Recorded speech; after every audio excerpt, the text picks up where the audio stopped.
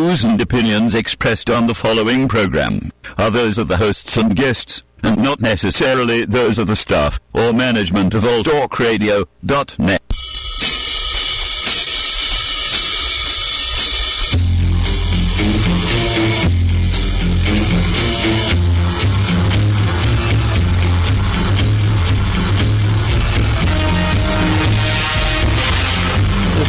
Sanson with Veterans in Politics, and we also have Deborah Vick, who's going to be co-hosting. She's taking over for Jim Jonas today, and I just wanted just a slight moment of silence for Jim Jonas. His grandmother passed away a few days ago, and that's why Jim is not here.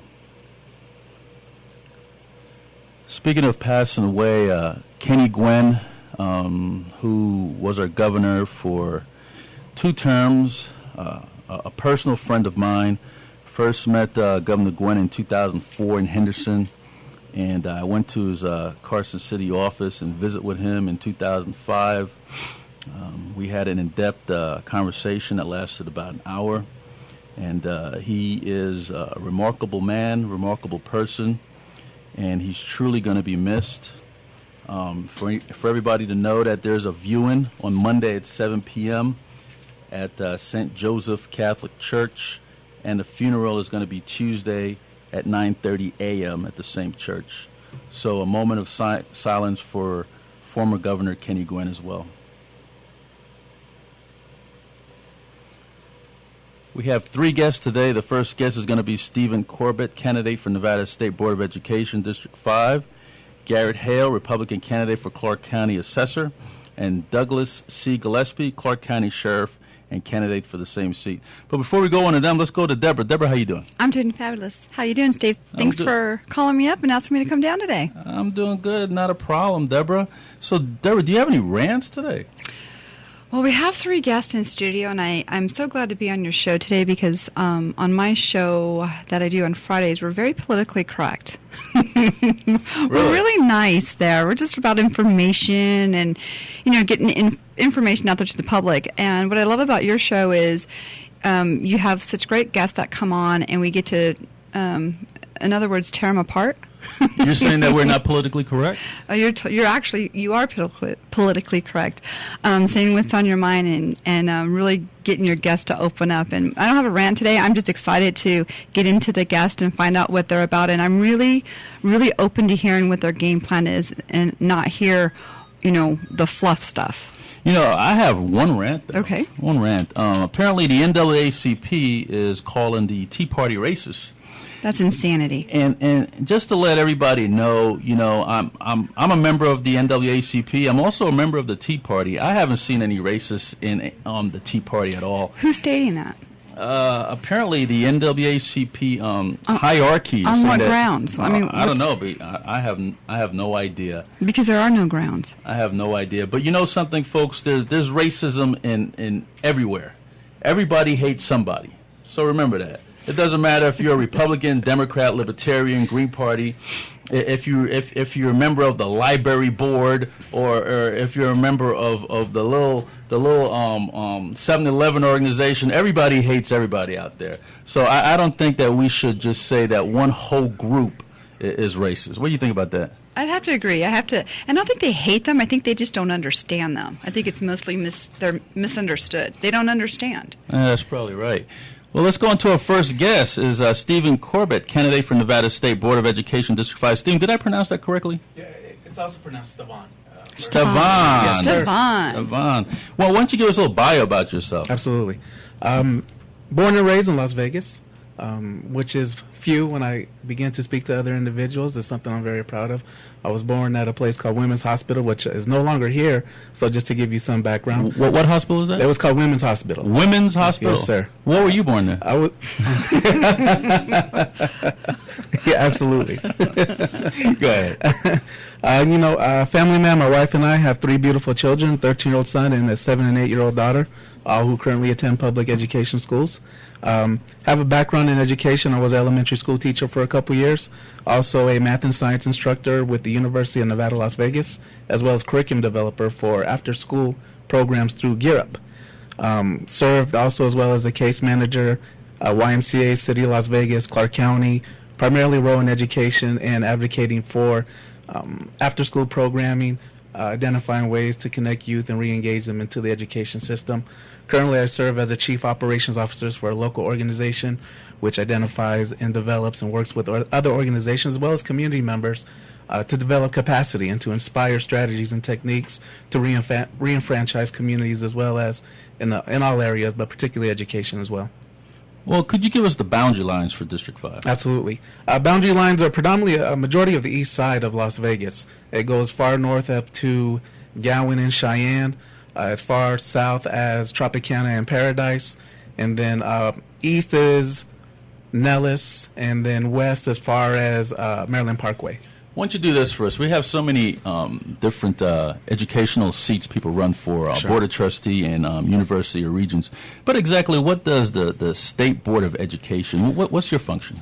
State Board of Education does control a third of the state's budget in terms of education. Also primarily works with teacher licensing, curriculum, a lot of the charter school issues and challenges that come up. Those are pretty much the dominant ones. Of course, you have the current Board of Education, which was heavily involved in the current federal grant and Blue Ribbon Commission for the Race to the Top grant.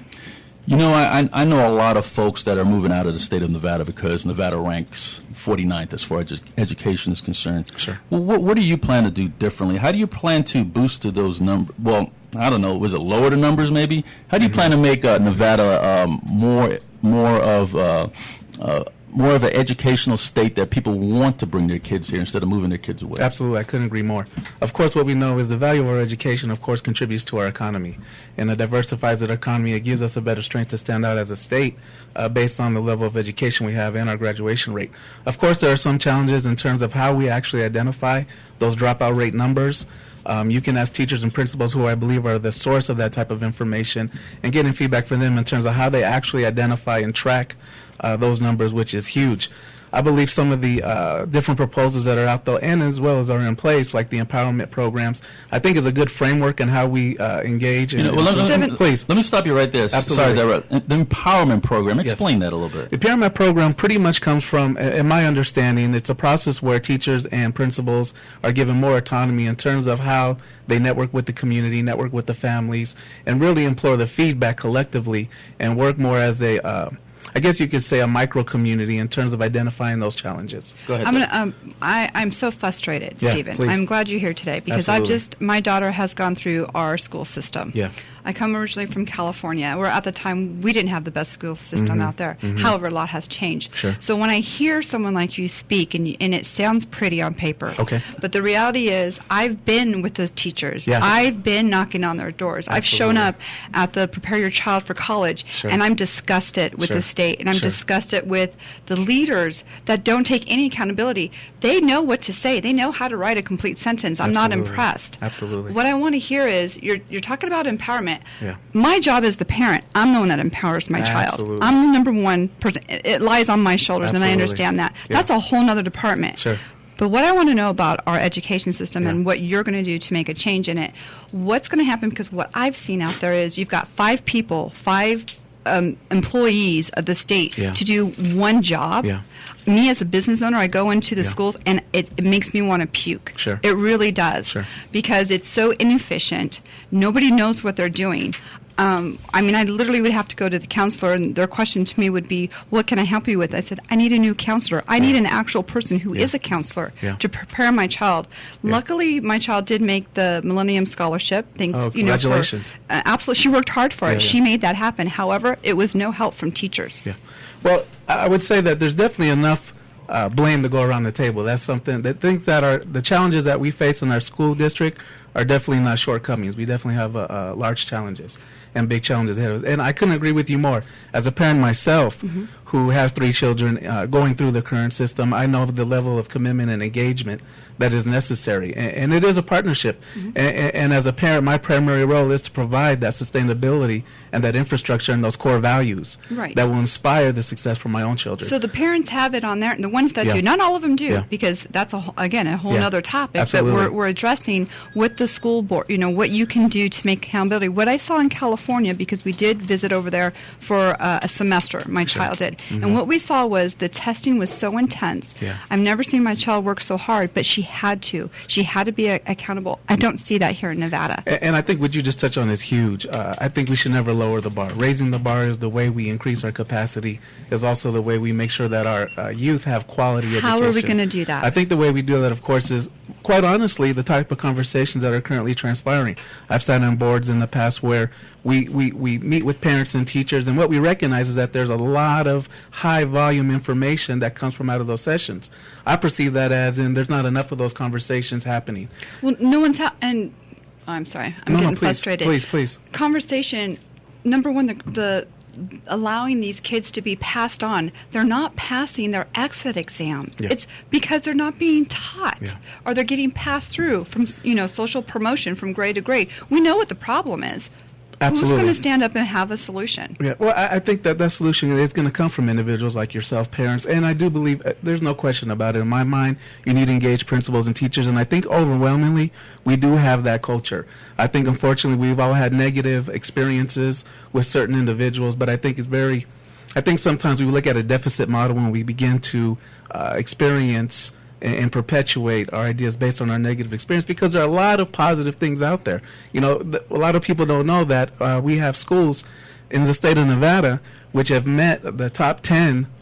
We have 10 schools in the state of Nevada over the last 2 years by Newsweek magazine have been placed in the top 10. Right, because people have taken into their own hands and actually, made that happen with those specific schools. But we're talking about the public school system, which you're running for. And the 10 schools that have been are public schools. Those 10 schools have been public schools. They're Valley High School. They're Cheyenne, I believe, is one of them. There's 10 of them to be completed. And if you go to Newsweek, they have those schools there. Individually, I think my role is to be an advocate. And to engage in these type of conversations, not just in this venue, but also going door to door, holding town halls, imploring, identifying, getting with the youth, because again, not only do some of these solutions come from our adults, but they also come from our youth. I think we underestimate them sometimes and put them in a box. But really, I was just sharing with one of the guests here that I just came from a week-long up in Tahoe, where I spent a week with 50 youth from the state. And their main objective was to come and get educated and to go back to the communities and talk about some of these challenges that we're speaking with. For what it's worth, I'm highly impressed, and I'm extremely encouraged about the ideas and about the partnerships. So if I think we have a caller on the phone? Yeah, let's take that caller. Hi, good afternoon. This is Chris from Las Vegas. Hey, Chris, how you doing? You have a question for Steven Corbett? Well, I kind of have a comment and a question real quick. One thing I want to point out real quick is that I think it's really a shame that with the unfortunate conditions of our educational system right now, I think we should give credit to a lot of the community leaders, some of those really good teachers out there, and some of those good principals, and all the involved parents. I think we need to embrace that. Another thing is, Mr. Corbett, I just have a quick question. Do you believe that the current budget situation, the deficit situation, is something that should affect the quality of the education our children are getting? I think when you use the word should it affect it? Well, I guess that kind of determines on our capacity and our foundation and our framework. I think that definitely the legislator has a lot of work to do in terms of looking at the deficits and making sure that education is funded first. Again, it's a way that we develop our foundation and inspire our foundation for our future. Did that answer your question, Chris? Yes, it did. Okay. Thank you very much. Stephen, do you believe in homeschooling? I believe that homeschooling is there are some positive aspects of it. I know my work with a lot of youth in the past where youth have not been successful in the actual system, what we recognize that everybody learns differently. And so not one thing works for everybody. It really needs a multidisciplinary approach in terms of making sure we're connecting with diverse learning capabilities. And so I have seen success in homeschool. I've seen success in public school, just like I've seen success in charter schools. I think that definitely in concert that they work together. And what would you say the formula of that success is? Well, I think fundamentally the formula, of course, is caring and compassion and dedication, and I think that as long as you have those type of attributes, you're always going to be successful. And as long as you have partnerships, not only peripherally but directly, and at the end of the day, if these young people know that people care about them and that they love them and that they are committed to their success, and if our youth have a positive image of our future, which frankly is our responsibility as adults, I think that's how they're going to get to that pathway of success. What's the pay for the position you're running for? Currently, it's we meet, I believe, 6 times a year. I want to say it's about anywhere from $50 to $100 every time we meet. So why are you running for this seat? Well, again, my background, as I shared earlier, was in education. I've been a lifelong community advocate. I haven't done anything else in my life, in my professional and adult career, than work for the community. And so I have had success in terms of partnerships on individual strategies, and I see this as a good way to really work and develop and inspire positive environmental strategies, and I think this is a better time than ever. So do you believe Jim Rogers should step in as superintendent? Say that again, I'm sorry? Do you believe Jim Rogers should step in as superintendent? I believe that we have a system in place which he will definitely go through, and I think that if he goes through that system and collectively, and when I say collectively, I mean not just the Board of Education, but if there is community support, at the end of the day, that's who it will really affect. And do you believe that the Board of Education, the school board system in general, do you believe that they have wasteful spending? I believe that you can look at anything from 7-Eleven to AM/PM, and there's always going to be wasteful spending. I think that what's important is an evaluative process. And I think as long as we're aggressive and looking and being evaluative and being honest and having integrity with those processes, and having that transparency, and opening those books up to the community and making sure that they have a voice, I think that's the best way to answer that. Okay, that's nicely said, but how do you plan to pursue that? Well, again, I think the way to pursue that is through policies that will implore. All right, what policies would you bring forth? I think the policies, of course, could I honestly say, here's it and here's my blueprint? No. Yeah. I know what that really comes down to. That's what we're looking for. Yeah, I mean, you're running for a position. Sure. You know what? Real Candidates always say how glorious things are going to be. They're all bunch of words, but nobody has a blueprint, a plan in order. It's like we had Trustee Caroline Edwards, and we said that the school board was the school district is 49th. Well, Nevada's 49th as far as education is concerned. Absolutely. I said it was 49th when you came on board. 3.5 years later into your term, we're still 49th. I said, so why should the people of Nevada even re-elect you again? What did you do different? But with you're not the incumbent. No. Okay, Sure. there's somebody new that's coming in. So Absolutely. if you're pissed off about something, Yeah. that means you're coming in with a plan. Yeah. Or you come in with a whole bunch of nice words to say how glorious things is going to be. Or you're going to come with an actual focus, with an actual purpose. You know, there's a lot of people get into politics because they're pissed off at something. Absolutely. And they have a plan to correct their pissed offness. Now what are you pissed off about? Well, well, quite honestly, I'm a little irritated about the limited experience because the limited, not experience, but the limited progress.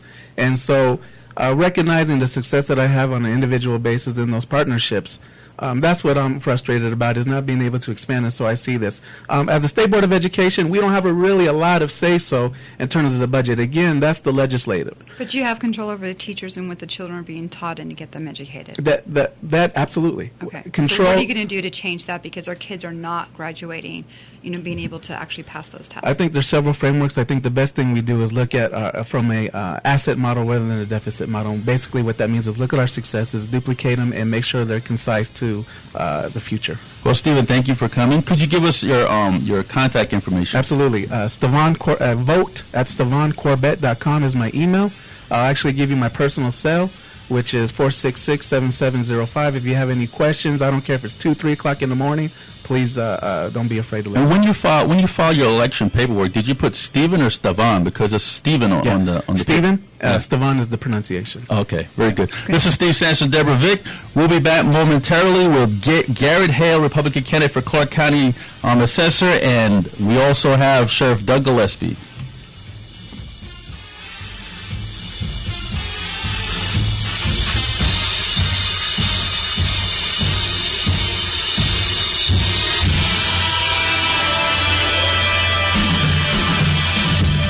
Hi, I'm Travis Barrick, the Republican nominee for Attorney General, and I approve this message.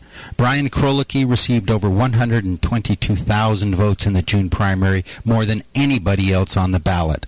The lawsuit against him by Ms. Masta was a political witch hunt where she wasted thousands of your dollars. She has disgraced the office of Attorney General by being a partisan hack of Harry Reid, and their socialist agenda is too radical for Nevada. You have the right to expect better of your Attorney General, and I have the integrity to deliver on that expectation. Go to travisberrick.com to learn more about me and my campaign. Hello, my name is Steve Sampson. I'm the president of Veterans in Politics International. This country and state are in trouble with budget cuts, unemployment, foreclosures, teacher shortage, dropout rates, terrorism, and a loss of military service members. The outcome of this election will profoundly affect families, both military and non-military. Military men and women are dying for other countries to have the right to vote. As a former member of the United States Marine Corps and the Army, I know how important it is to keep the voters informed. Log on to the website veteransinpolitics.com. All Americans of voting age need to not only vote, but research your choices. The Veterans in Politics organization has taken a proactive approach to supporting candidates who will have the courage to protect all of our freedoms and our Constitution. Visit our website at veteransinpolitics.com. Don't just talk about who you support. Research your choices and vote. What are you doing online? Checking out the Belly Dance Coffee Kiosk. Where's it at? TakeBackYourBelly.com. That's right, we worked our arms, we worked our ass, we worked so hard and had a blast. No matter what your shape or size, come belly dance, you'll be surprised. For class schedule and locations, log on to TakeBackYourBelly.com.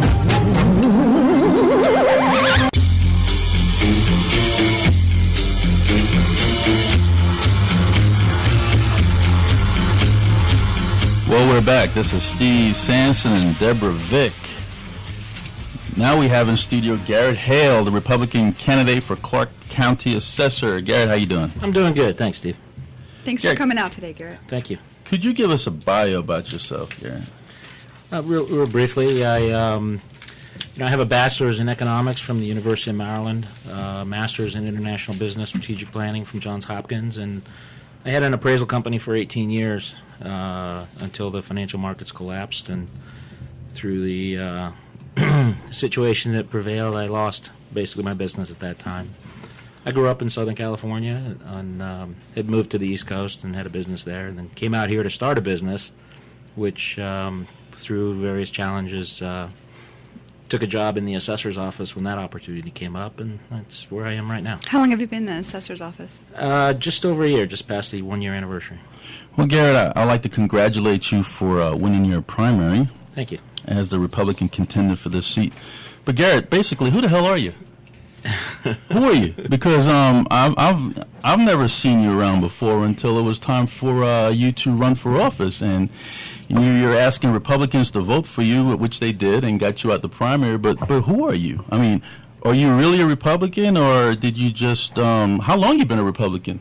I've been a Republican all my life. I actually grew up in South Orange County, California, and so I've been a member of the Republican Party and a voter Republican for my entire life. You know, I didn't come in here to run for political office. It wasn't something that I had an ambition or a plan for.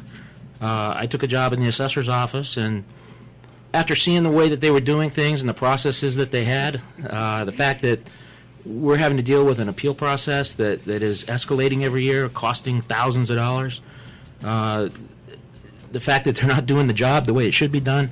You know, as an experienced appraiser, and with the assessor being essentially the chief appraiser for the county. But aren't you part of that system? Because you're in the assessor's office right now. Well, I am, but I like to refer to myself as the outsider on the inside. You know what strikes me odd? You have two people that are in the assessor's office that are running on separate parties for the same office. Michelle Schaefer, she's running as a Democrat in that office, and you're running as a Republican in that office. Is there a conflict of interest there, or did you guys did some kind of deal to say, all right, you run a Republican ticket, you run Democrat ticket, and whoever? Yeah, I mean, it just sounds fishy to me. You guys are in the same office. There's no outsider. Actually, if you saw the office dynamics that I have to deal with on a day-to-day basis, going up against Michelle. Do you see her every morning? I very seldom see her. But you guys work in the same building, correct? We work in the same floor. I mean, same floor, same office. Yeah. And you guys run against each other. Yeah. When I run against my opponent, I want to beat them up. I don't want to see them unless I have to. How do you do it? Tell me your secret.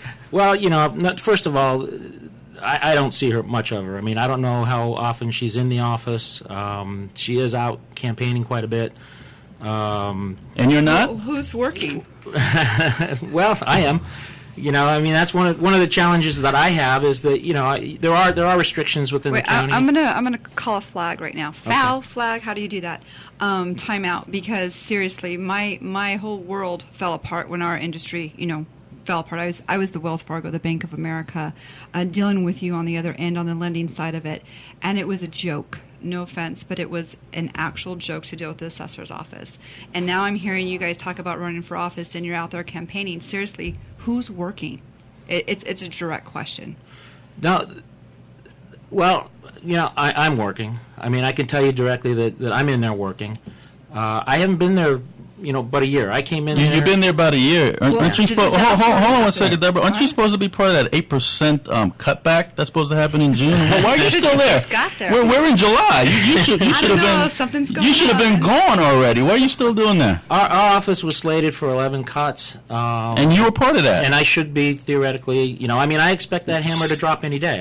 And it hasn't yet. I mean, I don't have control over that. But that according to what I found out, that hammer should have dropped last month. Why are you still there? Because they're slow, Steve, on every level. I don't know, Steve. To be honest with you, I don't know. Every day I walk into the office, I fully expect for that hammer to drop on me. To be quite honest with you, Garrett, it just sounds fishy to me. Right. I mean, you guys, both of you guys are running for the same position that work in the same office on different political parties that, I don't know, made it right into the general election. It just sounds odd to me. I'm sorry. This is what we read about in the paper after the fact to say, well, didn't everybody notice what was going on? So we're just saying it ahead of time. That's fine. I think it's conflict of interest is the way I look at it. Some kind of moral, ethical code got broken. Well, I don't quite see the connect between a moral, ethical code. The fact of the matter is, I got into that office and I saw that the job wasn't being done correctly. I saw that the current assessor was not treating the taxpayers the way that they should be treated. I thought that properties were not being assessed the way that they should be assessed.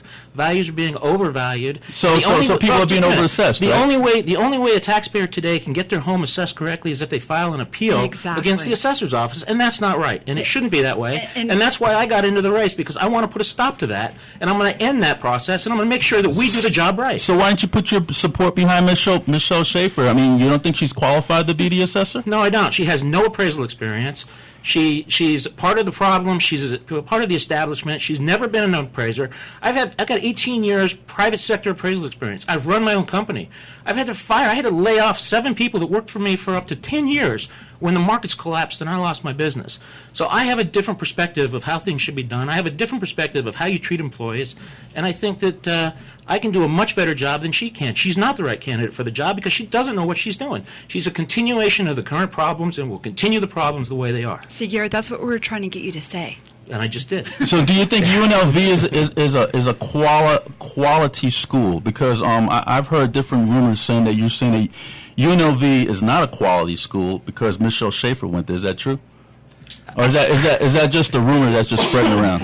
I don't know how UNLV and Michelle Schaefer, the quality of UNLV and the fact that Michelle Schaefer went there has any relevance to the quality of the education you get at UNLV.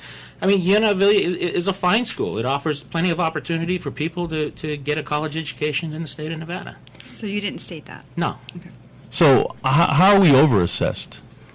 And how you plan to fix that? Because you just made a statement saying that we're over-assessed. Steve, I have a question. Just being on the inside, number one, the information doesn't show up, of course, on the webpage accurately. So just trying to, when homeowners are trying to find out, like say if they're going to see what the value is, they get that little bill, that little paper in the mail, and it says, hey, your house is only worth. That's usually when the phone calls start, is when they get that paper. And it's so far behind.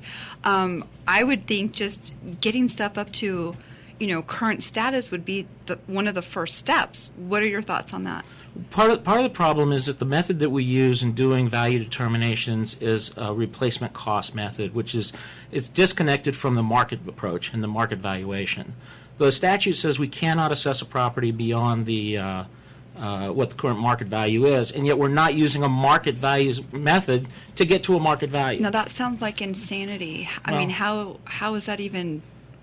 Why is that going on? That's the way that the legislature, the law is written. So that needs to be changed. And that needs to be changed. We need to get a system that's going to work and that's going to be accurate and timely, so that people's assessment and their values are correct. So how do you plan to change that? How do you plan to change it? We're talking about Nevada revised statutes, correct? Correct. How do you plan to change the NRS code? Well, the first thing we need to do is we need to get support in the legislature as well as in the governor's office, so that we can propose a program.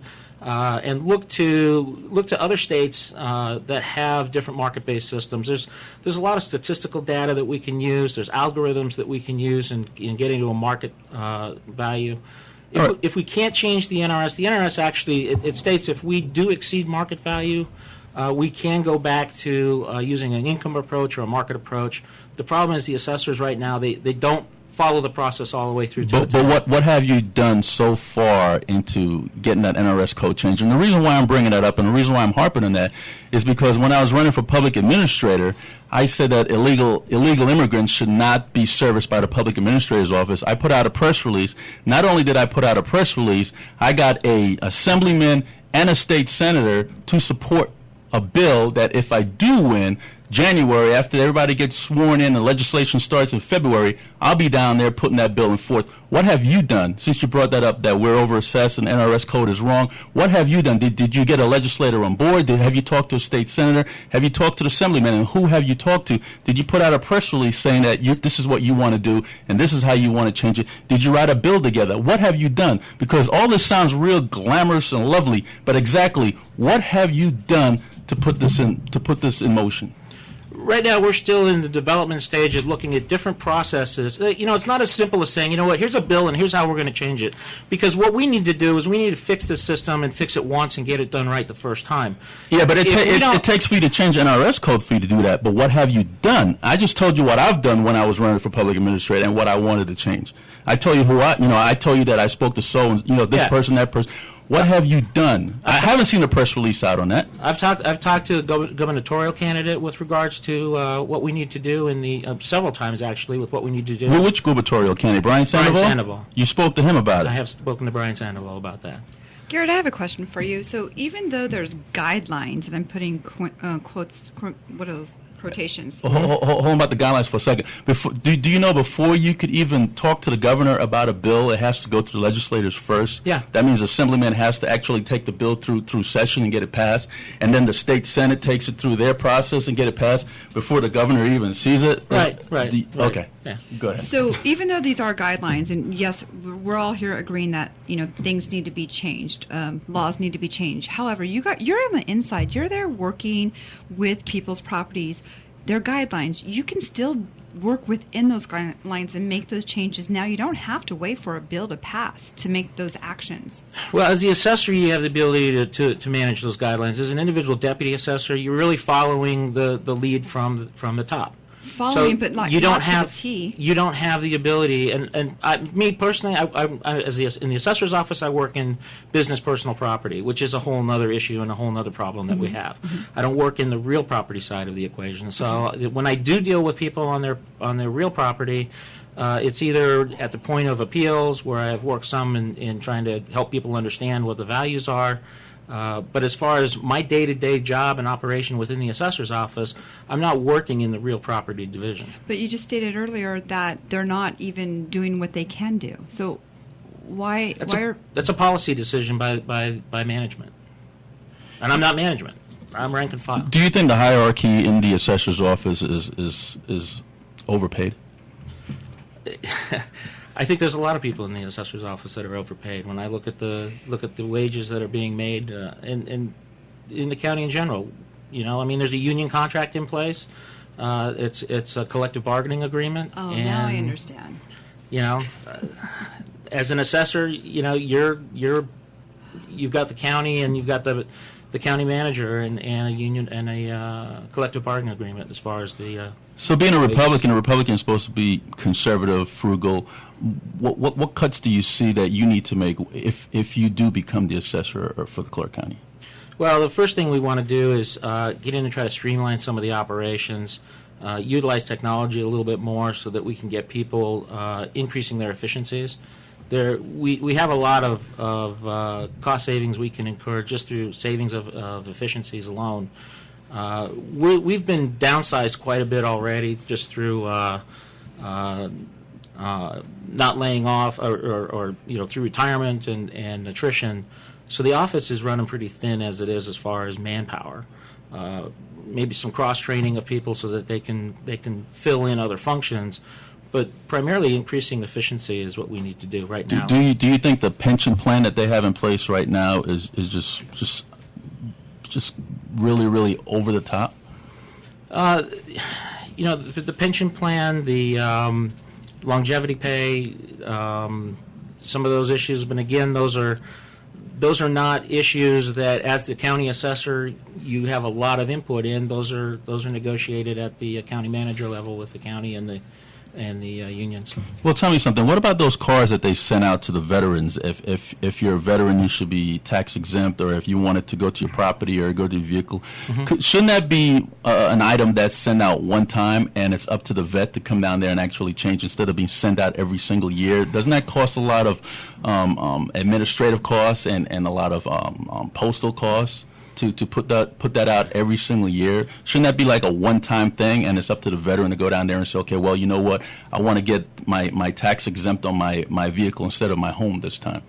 The cards themselves, I mean, they're mandated by... Is that an NRS code? It is on NRS code that mandates that we send those cards out. Every year? Every year. How much does that cost every single year? I've heard numbers bannered around about $40,000. Wouldn't that be a savings right there if you just do it one time, change the NRS code or implement a change in the NRS code and just do it one time?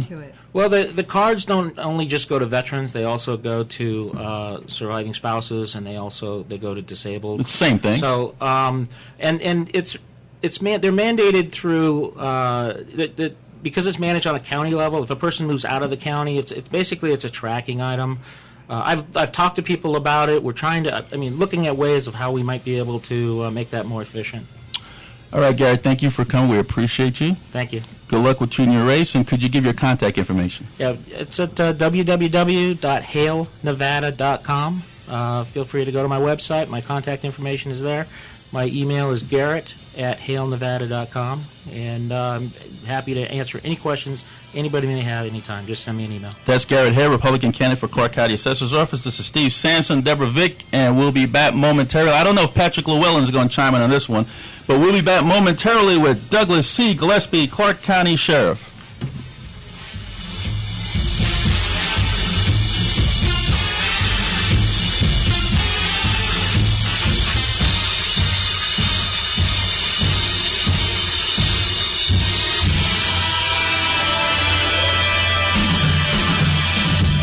Hi, this is Chuck N. Baker, the editor of the Veterans Reporter newspaper, the only newspaper in Nevada for veterans and their families.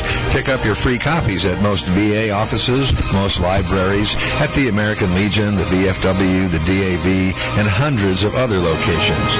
We also produce the Veterans Reporter radio show every Thursday night from 8 to 9 p.m., KLAV Radio, AM 1230, and we stream it live, www.klav1230am.com. This is Chuck N. Baker for the Veterans Reporter newspaper. This infomercial is brought to you by the Veterans in Politics International. The Veterans in Politics mission is to teach, educate, organize, and awaken our veterans and their families to select, support, and vote intelligently for a better world and to protect ourselves from our own government in a culture of corruption and to be the political voice for those and other groups that do not have one. Remember, 1 in 6 Nevadans are vet. There are too many homeless vets, and more programs are needed at the VA. Every veteran service organization post should adopt a local homeless veteran. Funding of VA medical centers is inadequate, and building a VA hospital in Southern Nevada is moving at a slow pace. The budget has been flatlined for too many years. The VA is too quick to deny claims and too slow to help veterans gather records in support of claims. Local politicians ignore veterans and their issues. They perceive a lack of organization among their local veterans and that it won't hurt them at election time. Veterans too often vote party, not veterans' issues. All veterans should vote in every election. Local news media give inadequate coverage to local veteran issues and events. You must send your letters to the editor and voice your concerns. Please contact your members of Congress and Senate and urge them to co-sponsor key legislation in supporting our veterans. Please support the Veterans in Politics. To get more information, go online to www.veteransinpolitics.com. Support your local veteran groups. What are you doing online? Checking out the belly dance coffee. Where's it at? TakeBackYourBelly.com. That's right, we worked our arms, we worked our abs, we worked so hard and had a blast. No matter what your shape or size, come belly dance, you'll be surprised. For class schedule and locations, log on to TakeBackYourBelly.com. Hello, my name is Steve Sanson. I'm the president of Veterans in Politics International. This country and state are in trouble with budget cuts, unemployment, foreclosures, teacher shortage, dropout rates, terrorism, and a loss of military service members. The outcome of this election will profoundly affect families, both military and non-military. Military men and women are dying for other countries to have the right to vote. As a former member of the United States Marine Corps and the Army, I know how important it is to keep the voters informed. Log on to the website veteransinpolitics.com. All Americans of voting age need to not only vote, but research your choices. The Veterans in Politics organization has taken a proactive approach to supporting candidates who will have the courage to protect all of our freedoms and our Constitution. Visit our website at veteransinpolitics.com. Don't just talk about who you support. Research your choices and vote.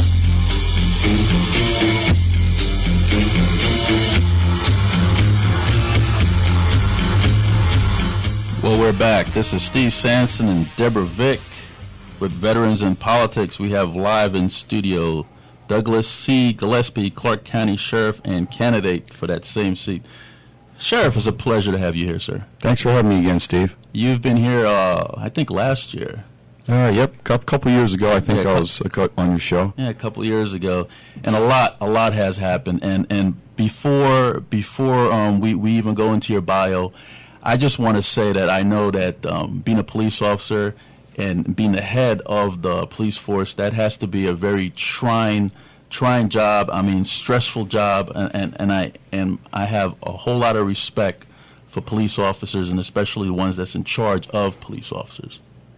Well, thank you, Steve. I mean, I don't look at it from the stressful standpoint.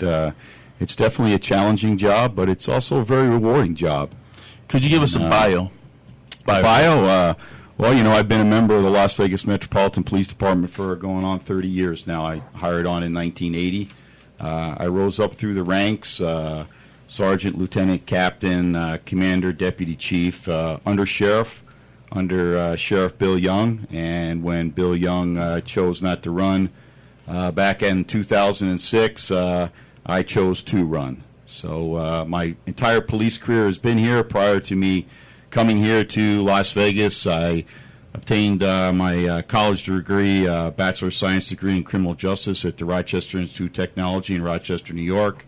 And I basically grew up in a pretty small town in upstate New York. But the economy was bad back there in the late 70s. Put applications just about anywhere to find a job. And fortunately for me, Metro was hiring at that time. And came out here with a desire to get a couple years' experience, and soon after being here, I realized a quality police organization as well as a community, and decided to stay. Married, have been for 28 years here in August. Got 2 daughters. One's living up in Montana now, and another one this year is a junior at UNLV. Sheriff, I know that when you took over becoming sheriff, that the population has grown tremendously, more than any sheriff. But under your watch as sheriff, you lost 5, if that total is correct. 5 Metro officers. What do you see went wrong? Well, actually, since I took office in 2007, I've lost 4. Now, that was in 1 year. It was a very difficult year last year. 3 of the 4 officers lost their lives while driving vehicles, and 2 of the 3 that were driving vehicles were driving too fast and weren't wearing their seatbelts. And we've instituted some changes to those policies and procedures, and as well as our training, and continue to send a message out there in regards to our driving and how important it is. And it's not just something that has happened here locally, Steve. This is a national challenge for us in policing. We tend to lose more officers in the line of duty in vehicle accidents than we do by hostile fire or felonious acts. So it's something that we have to pay close attention to. Whether it's a rural setting or an urban setting in policing, police officers spend a lot of their time behind the wheel of a car. And unfortunately for us last year, we did lose 3 to vehicle accidents. And 1 was the home invasion. And the reason why I said 5, I was thinking about the young National Guardman that lost his life up in Knight County. That's why I gave you. Deutsch, and then we also lost Stan Cooper out at the federal courthouse. Stan had worked for us for over 20 years prior to retiring, and then ultimately working out there at the federal courthouse as security. Sheriff, I remember when that first officer lost his life, and I showed up at several of your officers' funerals. James Mannon, and you came on and you said that a drunk driver came in his way, and he had his sirens on, and he had his lights on, and this drunk driver mugshot was plastered all over the TV. I even wanted to go kick his ass. But we found out that the individual wasn't drunk, and the officer didn't have his lights on, and the sirens weren't on. So did any policy change? Did you learn anything from that particular instance, not too quick to judge? Well, most definitely. From my standpoint, what I saw occur that night out there at that scene was the tough questions weren't being asked of the people that were there that would have known. And we realize, I realize that it was unfortunate what happened in regards to Calvin Darling. We have a responsibility. I have a responsibility to the voters, as well as this community, as well as my own organization, that the information that's put out is accurate, and it wasn't. And because it wasn't, as soon as it became clear to me what was the correct information, I stood up in front of the public and clarified what exactly had occurred out there. Sheriff, we're going to be running out of time here soon. So, can you give us an update on what happened with Costco just recently? I was gonna get into that. Oh, well, let's do it. I was gonna get into that. Before we go into that, Sheriff, do you believe in the coroner's inquest? Yes, I do, Steve. Because this one particular item that just sticks to my head. There was an individual that was fleeing the vehicle, handcuffed, and was shot in the back by a police officer. Do you remember which incident Yes. I'm talking about? If any normal person would have did that, they would have got a murder. I mean, how do you? I wasn't privy to the coroner's inquest, but how do you feel about that particular incident? Well, you have to take in the total circumstances of that which the officer knows when they choose to pull the trigger in that particular case. And really, that's what the inquest process is about, Steve. It's there to determine criminal intent. It's not there to determine correct policies or procedures, training, tactical decisions that were made. It's truly there for the criminal intent. And in this particular case, the suspect was a homicide suspect. And there were a number of factors that came to light that jury said that in that particular case that they agreed with the officer's decision in regards to the justifiable or excusable aspect of what it is they're able to rule under those circumstances. The inquest process comes up for discussion on a fairly frequent basis, and people want to have transparency. And, the inquest process in regards to public being able to participate and see what took place and why officers made their decisions is about as transparent a process as you'll find, because many are grand jury processes that are not open to the public, and many of them are individual district attorney decisions as well.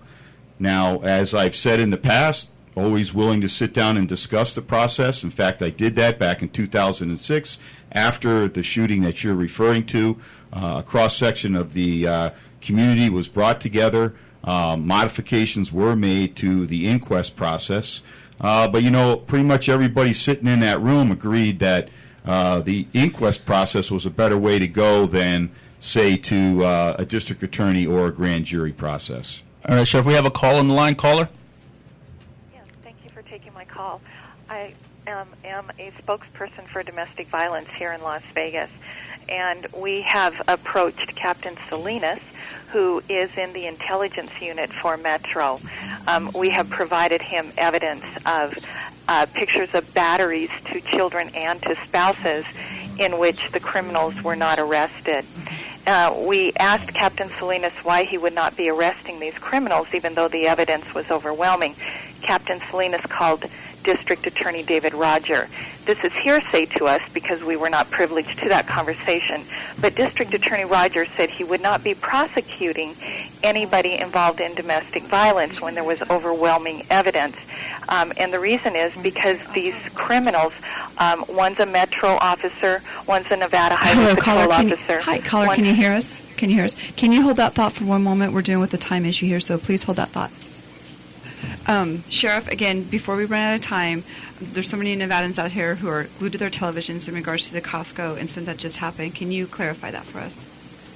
Well, I don't know. Give us an update. Don't really know what you mean by clarification, but what I have said publicly, the position is that the specific circumstances surrounding that particular officer-involved shooting will come out at the inquest. The investigation itself at this point in time is not complete. A date has been set. I believe it's September the 3rd for the inquest process itself. And I think it's very important, as I have said in the past in regards to these instances, that these investigations need to be complete, and then the facts need to be presented at the hearing in which they're intended to be presented at. Thank you, Sheriff. And caller, You're welcome. Caller, can you go ahead and get right to the question because we are limited on time? Thank you. Yes, domestic violence criminals are not being arrested because David Rogers says he will not prosecute them. Why would, when you have overwhelming evidence of the batteries to children and spouses, would you not arrest them? Well, I disagree with you. We do arrest them, and the district attorney does prosecute them. We're very aggressive in that area, and will continue to be. Sheriff, will you speak with us, because that is not what we are experiencing. Caller, thank you for your call. Sheriff, we're going to have to get you to come back on the show because I got so many other questions for you. Were you willing to come back? Yeah, always am. We're just getting started. I just, you do this any other time other than Saturday afternoon at 2? Thank you, Sheriff. This is Steve Sanson, Deborah Vick with Veterans in Politics.